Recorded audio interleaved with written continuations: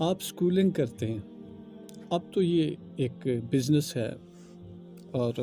آپ ایک اچھا خاصا ریونیو جنریٹ کرتے ہیں بچوں کی فیسوں سے، مختلف ہیلے بہانوں سے ٹیوشن فیسز ہیں اور پھر آپ کے معاہدے ہو جاتے ہیں دوسرے ان اداروں کے ساتھ۔ میرے ذہن میں جب سے میری اسکولنگ کا ٹائم پیریڈ ختم ہوا تو میرے ذہن میں ایک بہترین ایک آئیڈیا اسی وقت ظاہر ہے جب آپ کسی جگہ پر اگنور کیے جاتے ہیں، جب آپ کو آپ کے مطابقت کی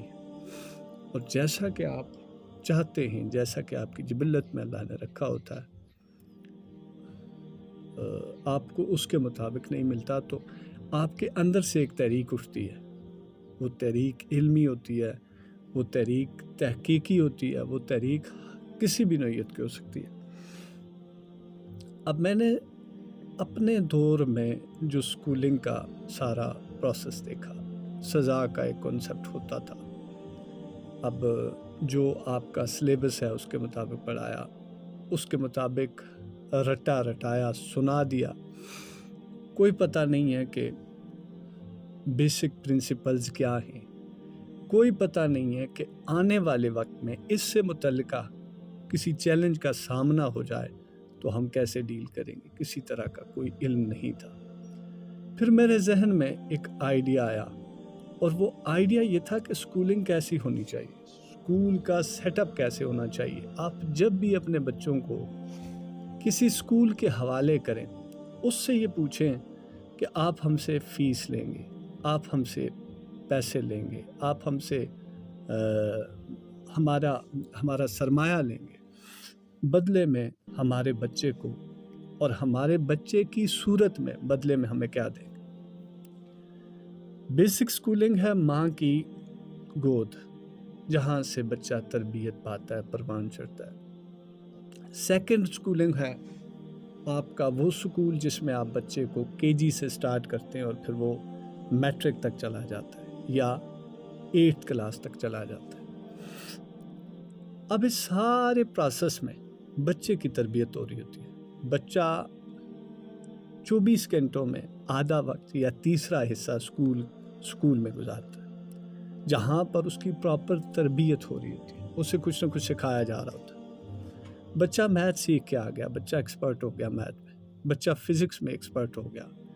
بچہ کیمسٹری میں ایکسپرٹ ہو گیا، بچے نے کمپیوٹر کو بڑا اچھا جان لیا، پروگرامنگ سارا کچھ جان لیا۔ آیا بچے کے ذہن میں یا بچے کی اس تربیت میں، بچے کے اس لرننگ پروسیس میں آپ یہ کیپیسٹی بلڈ کر رہے ہیں کہ وہ بچہ جب اسکول سے نکلے گا، عملی میدان میں داخل ہوگا تو وہ کسی پر غصہ نہیں کرے گا، جب وہ عملی میدان میں داخل ہوگا تو اسے بے روزگاری کا سامنا ہوگا، جاب لیس ہوگا تو اس چیلنج کو کیسے ایکسیپٹ کرے گا، سماجی کسی مسئلے سے اس کا واسطہ پڑ گیا، اس کو کیسے ڈیل کرے گا، اخلاقی کسی مسئلے سے اس کا واسطہ پڑ گیا، اس کو کیسے ڈیل کرے گا۔ سماج کے اندر جو معاشرتی مسائل ہوتے، ایک دوسرے کے ساتھ چھینا چھپٹی، اس میں اس کا کیا کردار ہوگا، یعنی ایک چیلنج ہے۔ کیا وہی بچہ سٹریس کا شکار ہو کے مستقبل میں اس کی مطابقت کی جاب نہ ملنے کی وجہ سے، اس کی مطابقت کی لڑکی اسے نہ ملنے کی وجہ سے، اس کی مطابقت کی زندگی اسے نہ ملنے کی وجہ سے، اس کی مطابقت کی سوچ اسے نہ ملنے کی وجہ سے آیا وہ ڈسارٹ تو نہیں ہوگا؟ کیا وہ ان چیلنجز کو قبول کرے گا؟ کیا سائیکولوجیکل امپاورمنٹ، کیا سائیکولوجیکل فیزز کے ساتھ اس کا زندگی کا جو اہم فیصلہ ہے وہ اس فیصلے پر قائم رہے گا یا نہیں؟ بے شمار پڑھے لکھے بچے جب بے روزگاری ہوتی ہے آئسز نشے پر لگ جاتے ہیں، اور میں نے اپنی زندگی میں بہت سارے لوگوں کو دیکھا، بے شمار پڑھے لکھے بچے جو ریوارڈ لیتے ہیں وہ جب بیوروکریسی کا حصہ بنتے ہیں تو کرپٹ بن جاتے ہیں۔ بے شمار ایسے لائق ذہین و فتین بچے جن کے اندر بے بہا ٹیلنٹ ہے، وہ اپنی اس فیلڈ میں کمال کا وہ ایک شاہکار ہوتے ہیں، لیکن جب وہ اس فیلڈ سے ہٹ کے کسی اور کے ساتھ ڈیل کرتے ہیں، جب ماں کے ساتھ ڈیل کرتے ہیں، باپ کے ساتھ ڈیل کرتے ہیں، بھائی کے ساتھ ڈیل کرتے ہیں، جب کسی دکاندار کے ساتھ ڈیل کرتے ہیں، جب کسی مریض کے ساتھ ڈیل کرتے ہیں، تو معلوم نہیں ان کی زندگی کیا ہوتی ہے۔ جب روڈ پر نکلتے ہیں تو روڈ سٹریس کا سامنا نہیں کر سکتے، وہ ہارن پہ ہارن دیے جاتے ہیں اور پھر ہاتھا پائی ہو جاتی۔ بے شمار پڑھے لکھے لوگ آپ جا کے دیکھیں، ایک غریب بندہ تو نہیں آتا نا اس اپنا روڈ پہ گاڑی لے کر، ایک غریب بندے کی ایکسس تو سائیکل ہے یا پیدل چلنا ہے۔ تو وہی لوگ ہیں جو پڑھ لکھ کر کسی اچھے عہدے پر پہنچے۔ آپ ایک ہی سوال کریں، کہنے کا مقصد یہ کہ جہاں جس ادارے میں آپ بچے کو داخل کریں، آپ ایک ہی سوال کریں کہ ہم آپ کو سرمایہ دیں گے، آپ ہم سے سرمایہ لیں گے۔ وہ معلوم نہیں کس مد میں آپ لیتے ہیں۔ بدلے میں ہمارے بچے کو اس سوسائٹی کے لیے کس طرح کا کردار،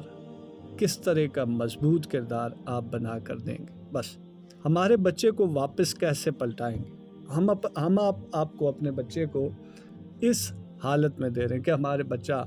یہ بیسک سٹارٹنگ ہے سیکھنے کی، یہ سٹارٹ اپ ہے اس کا سیکھنے کا، آپ ہمیں کیا دیں گے؟ اور اگر ان کا جواب یہ ہو کہ ہم تو اپنی طرف سے بھرپور کوشش کریں گے اور ہمارے یہ پیکیجز بھی ہیں اور ہم ان سرگرمیوں میں بھی انوالو کریں گے بچے کو، تو گھر پہ بھی آپ نظر رکھیے گا۔ تو ایک ہی جواب ہے، گھر پہ اگر ہم نے نظر رکھنی ہے تو وہ تو لازمی نظر رکھنی ہے۔ تو ہم یہ جو پیسہ آپ کو دے کر برباد کر رہے ہیں اپنے بچے کی زندگی، اپنے بچے کی، تو یہ کیسے؟ تو اس کے لیے ایک پلان تو ہے میرے پاس، یہ زندگی کی باتیں شیئر کر بھی سکتا ہوں، چونکہ ٹائم بہت زیادہ ہے، ویڈیو میں ٹائم بہت زیادہ لگنا ہے، تو لیکن یہ ہے کہ ایک پورا پلان ہے، پورا چارٹ ہے، پورا ایک سٹرکچر ہے کہ کیسے ایک عام بچے کو آپ ایکسیپٹ کریں، اسکولنگ آنر، اسکول کے جو آنر ہیں، جو یہ چاہتے ہیں کہ وہ اس سوسائٹی میں ایک مقدس کام کریں، اب وہ بچے کو ایکسیپٹ کریں اور ببانگ دہل آپ کہہ دیں کہ ہم آپ کے بچے کو سوسائٹی کے لیے ایک اچھا معیاری بچہ بنا کر بھیجیں گے۔ یہاں سے جب وہ نکلے گا تو زندگی کے کسی بھی میدان میں اسے ڈال دیں تو انشاءاللہ وہ آپ کو شرمندہ نہیں کرے گا اور وہ مات نہیں کھائے گا۔ یہ ایسے نہیں ہے کہ وہ میتھ کا ایکسپرٹ بنے گا تو میتھ کا ہی بن جائے گا، نہیں، وہ اخلاق کا بنے گا، وہ اسلامیات کا بنے گا، وہ کیمسٹری کو بھی سمجھے گا، وہ اینکرنگ بھی کر لے گا، وہ